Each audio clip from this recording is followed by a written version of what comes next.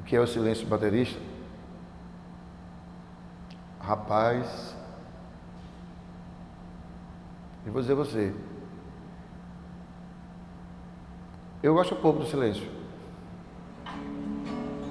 Hoje em dia eu não gosto de tanto barulho, mas eu não gosto muito de silêncio não. Mas o silêncio para mim é o vazio, né? Foi a primeira coisa que existiu, né? Dizia Arnaldo Antunes, né? O silêncio que ninguém ouviu.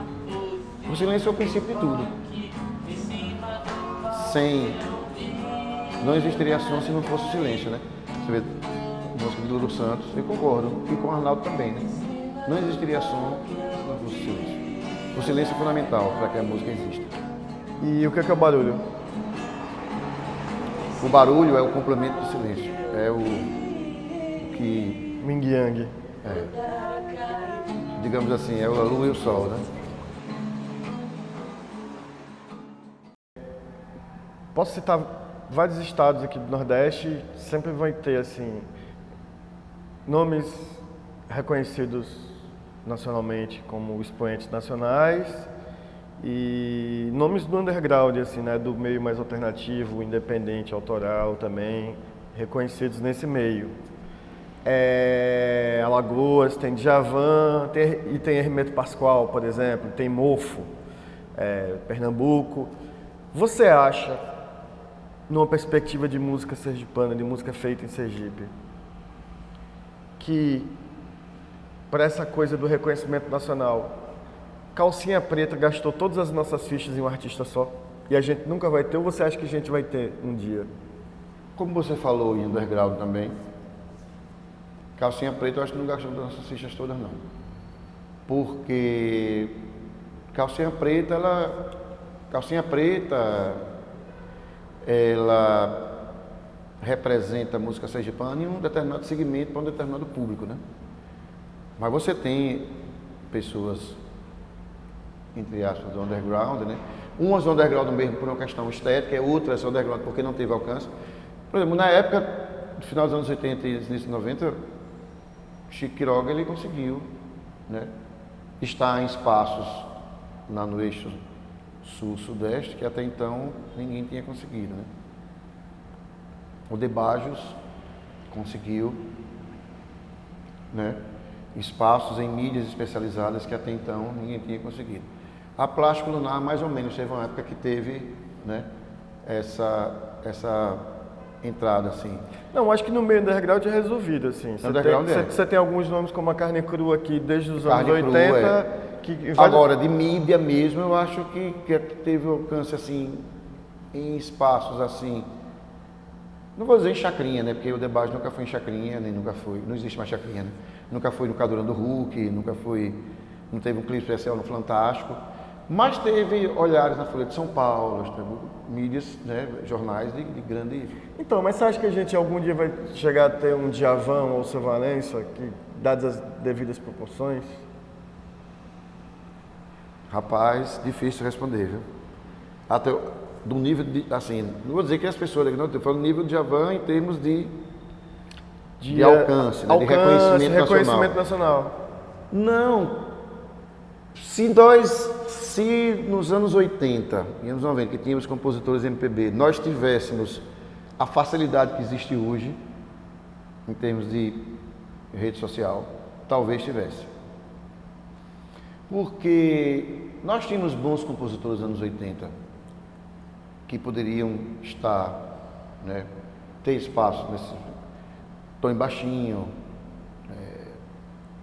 o próprio Paulo Lobo, um grande compositor, falando musicalmente, um grande compositor, o próprio Chico, né, Quiroga, mas na época era muito difícil, né, porque os caras viviam aqui e não tinha jabá, né, não tinha...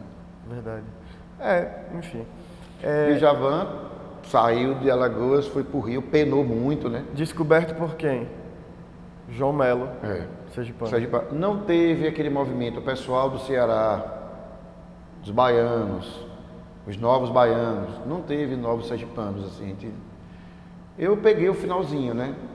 quando eu comecei com uma banda, a primeira banda que eu toquei foi a Banda Uê, que era eu, Senna, Sérgio Banda? Val, Banda Uê. Banda Uê. Era uma banda de MPB regional, né? Esse estilo Alceu, Zé, banda de pó e corda. A gente tocava isso aí. Quantas bandas você teve? Fixas. A Banda Uê, a Crove, a Alice, Passos Blues Band, que durou muito tempo, Patos e Caípes, durou muito tempo, foi com Gabriela. Eu, Passo, Gabriela, Marcelo, né? Depois Messinho. Aí, Plástico Lunar, né? Teve outras bandas mais efêmeras assim, né? Tinha uma banda chamada Cangaço, que eu toquei muito pouco tempo. Acho que nem... Mas assim, mais fixas, assim, bandas assim, né? A primeira foi a Banda Uê, depois a Crove, Plástico Lunar, Alice, né? Capaz Blues Band foi meio que um projeto, né? E a Mamutes. E a Mamutes que eu toquei muito tempo. E você tocou com artistas também, assim, né? Toquei com Chico, toquei com Lula Ribeiro, toquei com Antônio Rogério, com Chico e Antônio juntos. Toquei com Paulo Lobo, uma época a gente fez uns shows, assim, depois parou, foi pouco tempo, né? Com Irmão, né? Toquei com Irmão. Toquei com Jimmy, com Neném, que era o parceiro de Jimmy. Artistas assim. Toquei com Alex Santana. Não sou autoral, mas especiais, né? Só falta tocar com Ernie ainda. Em breve. Mas vamos omitir que você Com Patrícia Polaine, Vamos omitir que você Patrícia Luz. Vamos omitir que você tocou com o Vicente Coda, tá? Com o Vicente Coda eu toquei também. Toquei com...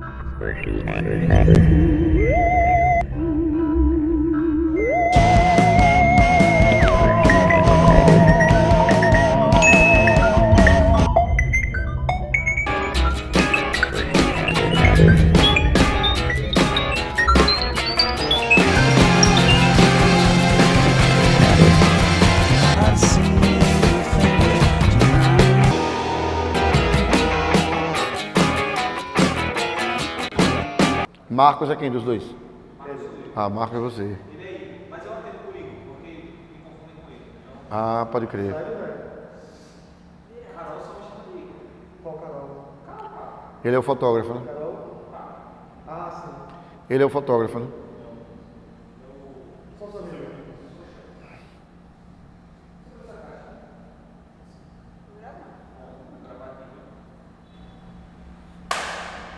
Tá valendo já?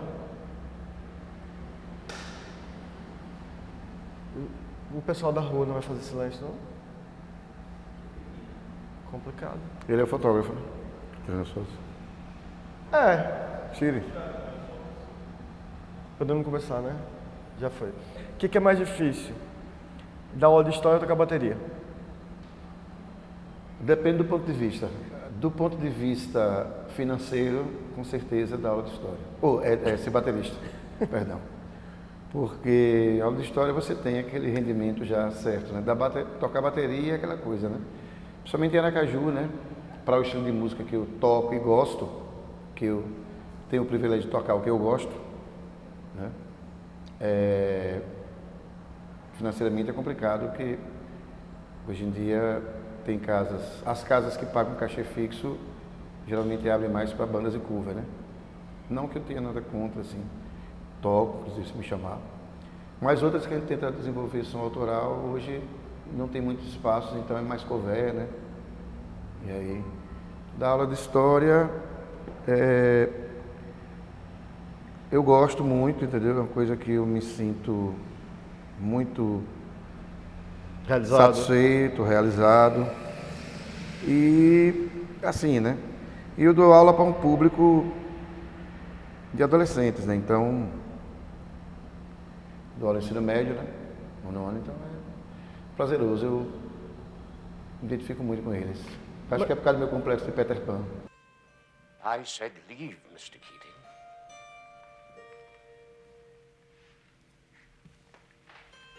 Na bateria você tem como fazer improviso. Muito embora eu acredito que nem baterista gosta de solo de bateria, né? Aquele solo de Moby Dick do Led Zeppelin talvez seja o único que passa. Mas como eu improviso para dar aula de história numa era em que a gente está vivendo de tantos acontecimentos históricos? Então, Existe um programa, né? No ensino médio é mais difícil de você improvisar muito, porque a carga horária aumentou bastante, né? Com a BNCC aumentou e principalmente para disciplinas que não são do currículo central, porque tem aquelas disciplinas optativas, então você tem que, às vezes, por exemplo, diminuir o número de história, que aumentou a carga horária de outras disciplinas. História, no meu caso, filosofia, sociologia, continua uma aula por semana. E história, primeiro e segundo ano, na escola que eu dou são 2, e terceira que são 3. Então você tem que improvisar nesse sentido, né? Por exemplo, o ensino médio, o terceiro ano, não dá tempo você elaborar, por exemplo, levar no museu, porque felizmente ou infelizmente é voltado, né, objetivamente, principalmente colégios particulares, para aprovação no Enem e outras faculdades. Então você tem que... Então você improvisa na hora da metodologia, né? Para não ficar uma aula muito maçante, né? Então geralmente eu uso vídeos e a forma também que você deve passar os fatos não pode ser uma coisa mecânica, né? Eu às vezes dou uma de ator mesmo, assim, incorporo personagens. Até os meninos às vezes ficam, eu sou muito doido.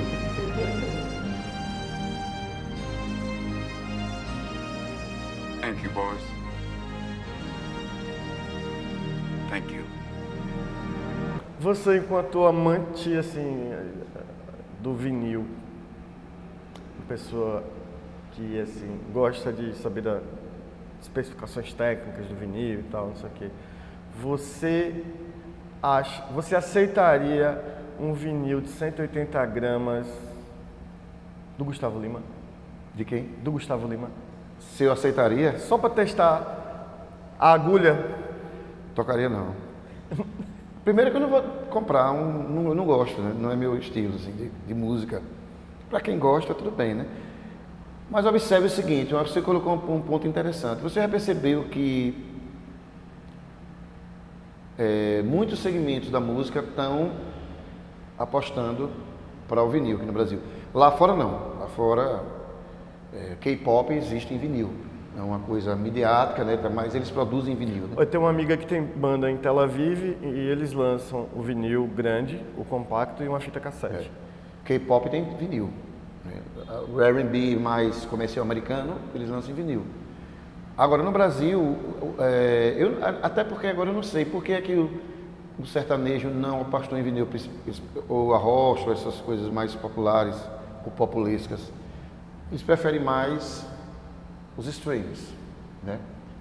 Eu acho que existem duas coisas aí a se considerar. Que um vinil, até agora, né, infelizmente, é uma coisa ainda muito seletiva. É um nicho, né? Superou o CD, mas ainda é um nicho. Pelo fato de que os lançamentos são muito caros, né? A acessibilidade para uma pessoa de baixa renda é complicado. Um vinil nacional, em média, é R$150. Você acha que o sertanejo do agro, ele é populista ou popular?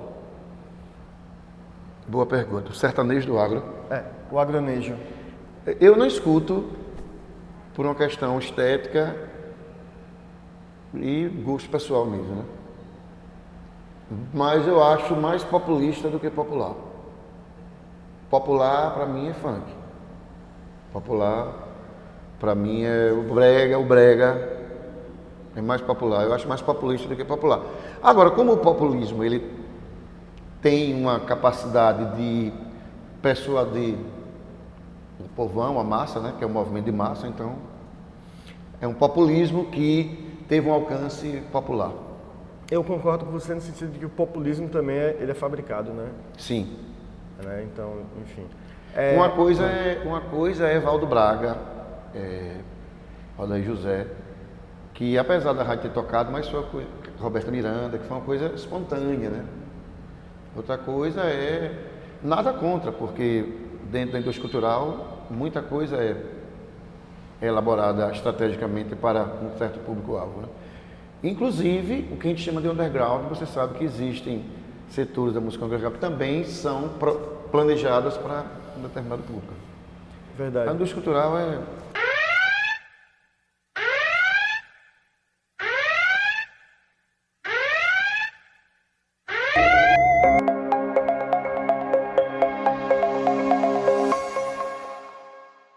Com as presenças de vereadores de Aracaju, deputados estaduais, autoridades e da sociedade civil, aconteceu uma audiência pública no plenário da Câmara Municipal na capital sergipana, sobre a divisão territorial Aracaju-São Cristóvão, um assunto que tem gerado muita discussão.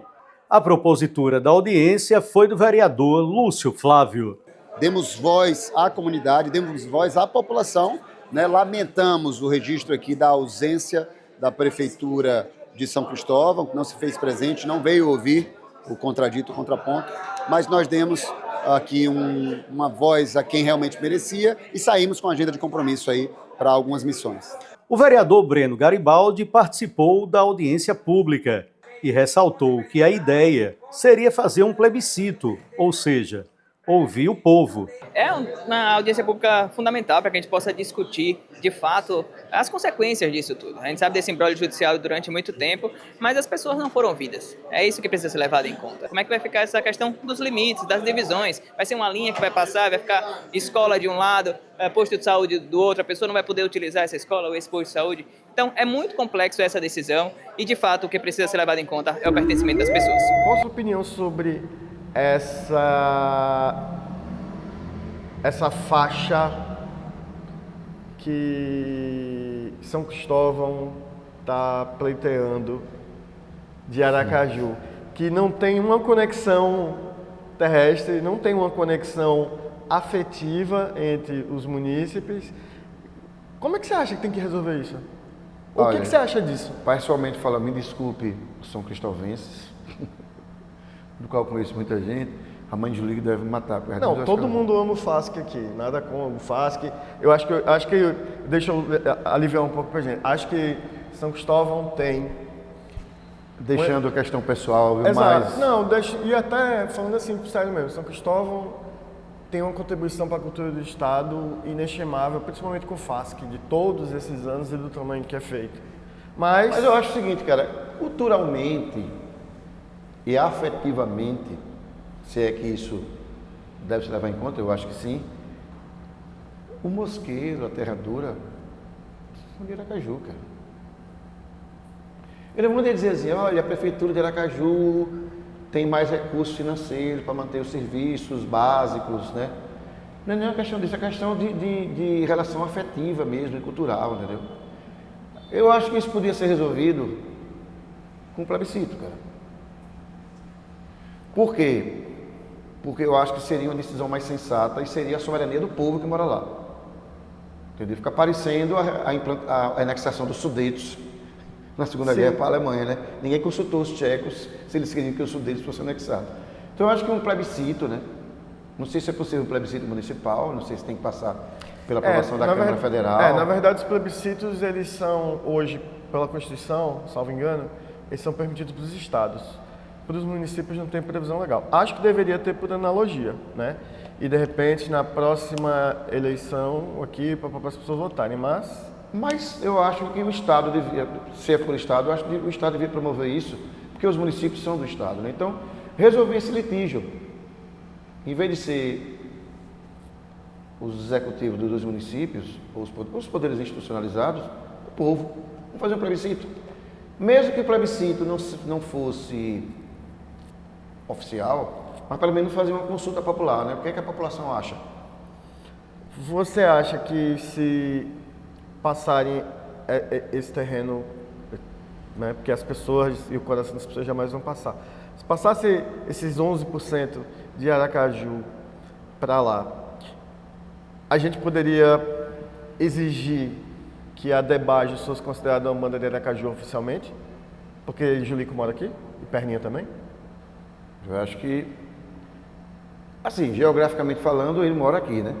Mas é uma questão, eu acho que Julico... De pertencimento. Eu acho que Julico se considera um São Cristóvense, que ele nasceu lá, e a banda foi formada lá. E foi formada dentro de São Cristóvão, não foi nesses terrenos litigiosos, né?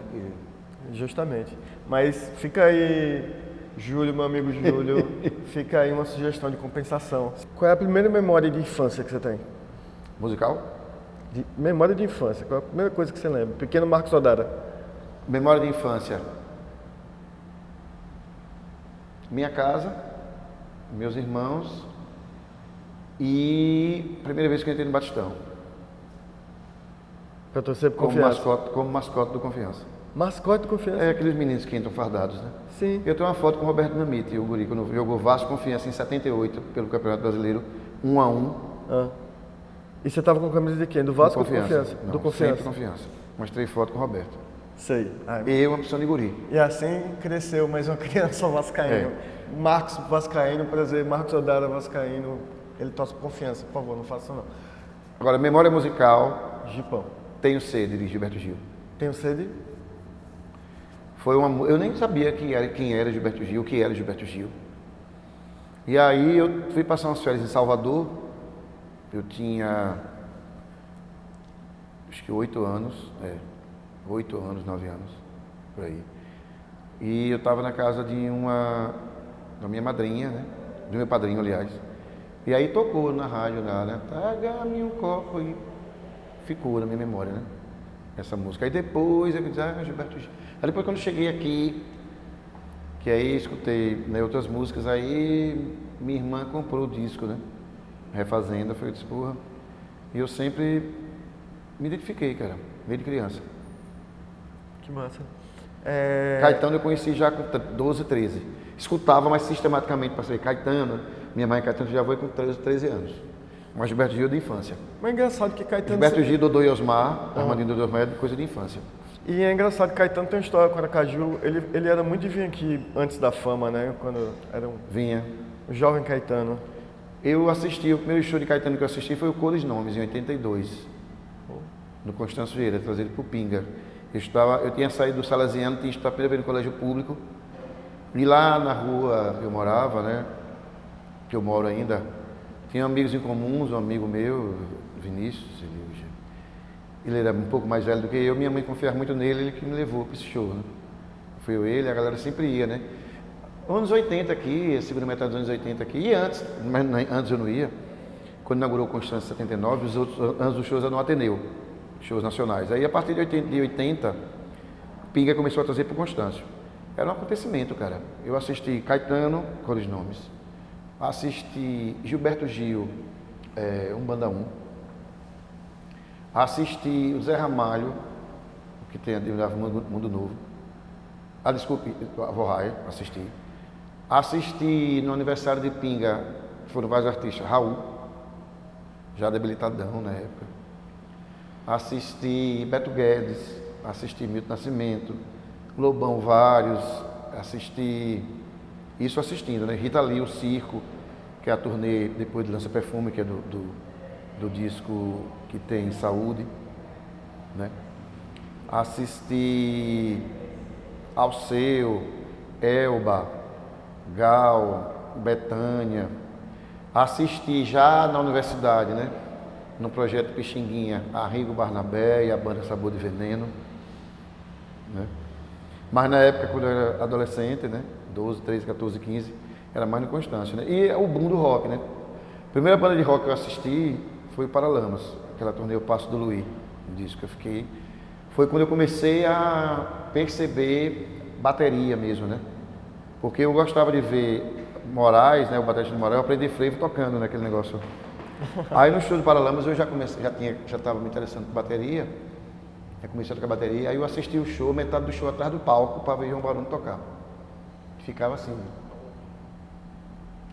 E teve um icônico show organizado por Jô Produções, que trouxe a Plebe Rude, e aí teve várias bandas locais, inclusive a Crove.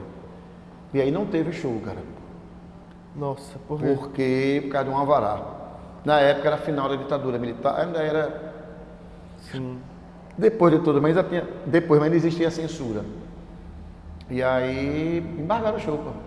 Passaram o som e tudo. Que ano isso? Acho que foi 87. Ah, tinha nem Constituição ainda. Não. A de 88. Ainda vigorava a Constituição de 67. Tava se pensando em fazer ainda. Então ainda tinha. Constituinte. E aí foram muitos punks, assim, né? Os caras, todo mundo de botina e pá. E aí não houve show. Não ficou. Você teve muito show cancelado nessa época do regime militar? Não, só esse, né? Que não teve por causa de um simples alvará, né? Que os caras implicaram. E só, né? De cancelado foi. Fora os shows assim, né? Da época do movimento da gente mesmo, né? Que a OAB uma vez queria embargar. A OAB? A OMB. A Ordem A OMB queria embargar, a gente estava ensaiando. Não vou dizer quem era o presidente por uma questão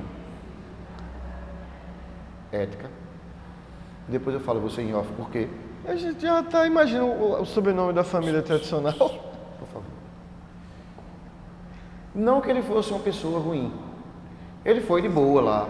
Né? Ele não era uma pessoa mal intencionada. Mas ele foi de boa, mas foi falar com meninos, adolescentes de movimento punk, ligado ao movimento punk, né? Aquela onda de anarquia. Aí a gente tinha um projeto que a gente fez uma cooperativa, não conscientemente uma cooperativa. E aí se juntou Carne Crua, Crove, Alice, as duas bandas que eu tocava. A Crove era eu, o Messinho Eduardo, a Alice era eu, Eduardo e o Wilton James, né? Que é professor da universidade, sabe? A Passos Blues Band e o Fome Africana, que era uma banda paralela de Vicente, que Tony Almada tocava a bateria. E a gente se juntou para um projeto fantástico, né?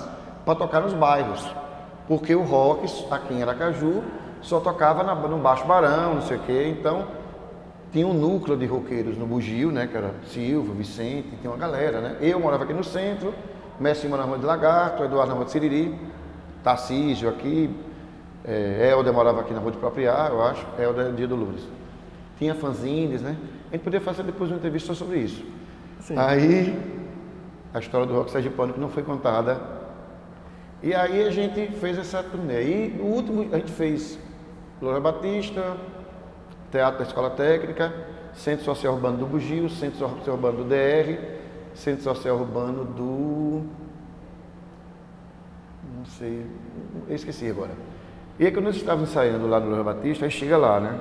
O presidente da OAB, amigavelmente, rapaz, vocês vão fazer um show, eu sou da Ordem Mundial dos Músicos do Brasil, secção Sergipe, e eu acho interessante vocês terem carteira de músico, né? Vocês vão fazer esse show, porque é uma lei que estabelece que o músico tem que ter carteira. Ninguém mais pega no show, no pé. Na época foi uma... todo mundo tinha medo, tem que ter carteira, porque os caras vão lá embargar. Era como exercer a advocacia sem ter carteira da OAB. Sim. Pra quê? Meu irmão, aí começou o discurso, né, Eduardo? Não, a gente é underground, cara, não vamos se vender o sistema, é fácil. Foi aquela coisa toda. Eu sei que rolou um estresse, o cara foi embora. Puto, né, cara? E a gente ficou, porra, bicho, e agora? Sei que esses caras vão embaçar. Mas, por aqui que pareça, rolou o show. Mas houve uma pequena ameaça. Disse, olha, pela carteira, eu não garanto que vá algum membro, né, algum oficial da MB que eles tinham, que possa lá, com o oficial de justiça. Não disse que ia, né? Mas ele foi amigavelmente. O problema é que na época a gente não tinha maturidade, né, cara? A gente era, sim. Imagina a gente se vendia... Pode falar palavrão na entrevista, né? Pode, de um jeito depois. Tá. A gente não ia se vender a sistema, OAB, OMB, tirar carteirinha de músico. Depois eu acabei tirando, tempo depois. Porque começaram a exigir mesmo. Os próprios órgãos de cultura, quando organizavam festivais ou espaços como a Feirinha de Tobias Barreto, né, que era o lugar onde o rock tinha espaço. Tobias Barreto tinha a Insetu abriu espaço para bandas de rock, por incrível que pareça. Depois de muita luta, né? Você acha que Gilberto Gil é rock and roll? Também. Ou é pouca coisa para definir ele? É, como diz a parafraseando a música de Arnaldo, inclassificável. Eu adoro essa música também, é verdade. Ele é tudo, né, cara? Ele é ele, Gilberto Gil. Eu só não sei quem foi que falou uma vez. Ah, quando o Gil quer fazer rock, ele faz bem feito. Quando ele quer fazer reggae, faz bem feito. Quando ele quer fazer bossa nova, ele faz bem feito. Quando ele quer fazer funk, faz bem feito. Ou seja, eu acho uma entidade. E eu digo mais, com todo respeito a Milton, que eu adoro, Chico, você sabe, né, Caetano. Mas eu acho que ele é, pra mim, é aquela coisa, né? Tudo está ali. Você sabe que é curioso isso, você falou Milton, né? Não gosto de hierarquias. Sim, sim. Particularmente falando. Não, claro. Acho que você falou em Milton, eu lembrei que eu gosto muito do Clube da Esquina, mas Eu nunca gostei muito das músicas do Milton. É. Eu, particularmente, do Clube da Esquina, gosto muito de mim. Eu gosto mais de Lô Borges e Beto Guedes. Eu também. Gosto mais de Lô Eu Borges e gosto Beto Guedes. muito de Lô Borges, assim. Eu não sei se é o E jeito. mais de Lô Borges ainda. Exato. Óbvio, a voz de Milton é bonita, eu não sei se é o jeito dele cantar. Não, a voz dele, como disse Caetano, é uma coisa...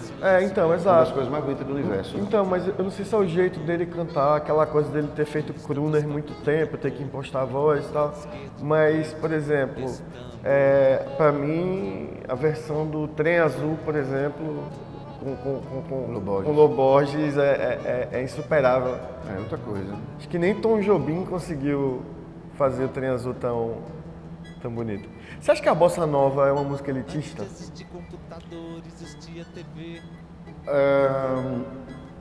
Foi elaborada de forma elitista, né? Porque, tirando João Gilberto, né, que não era rico,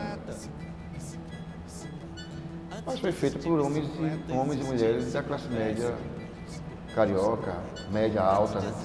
Do bairro de Ipanema, que era a Zona Sul. Né? Mas o Tom Jobim também não era rico. Mas não era pobre. Tocava na noite, né? Sim, mas também tocava à noite por uma questão de que ele gostava de ser músico, né? Mas não era uma pessoa, não era Marcos Odara, né? Então... Se você disser que eu desafio no amor, saiba que isso em mim provoca imensa dor. Mas foi feita para um público só privilegiado, inicialmente. Não sei se de propósito, mas não era uma música eu possuo de alcance popular. apenas o que Deus me deu.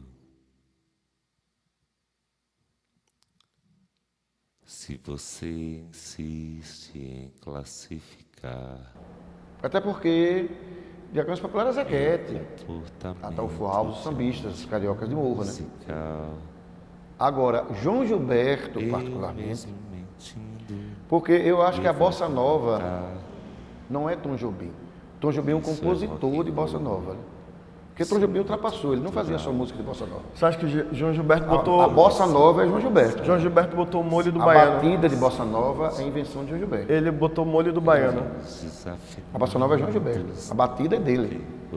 É tanto que não existe ninguém que copie aquela batida. Chega perto. Gilberto Gil, chega perto. Né? João Bosco. Fazer a denúncia, batida qual João Gilberto aprendeu em Aracaju, Colégio Ateneu. Aquela forma de tocar. E João Gilberto, ele teve uma coisa, né?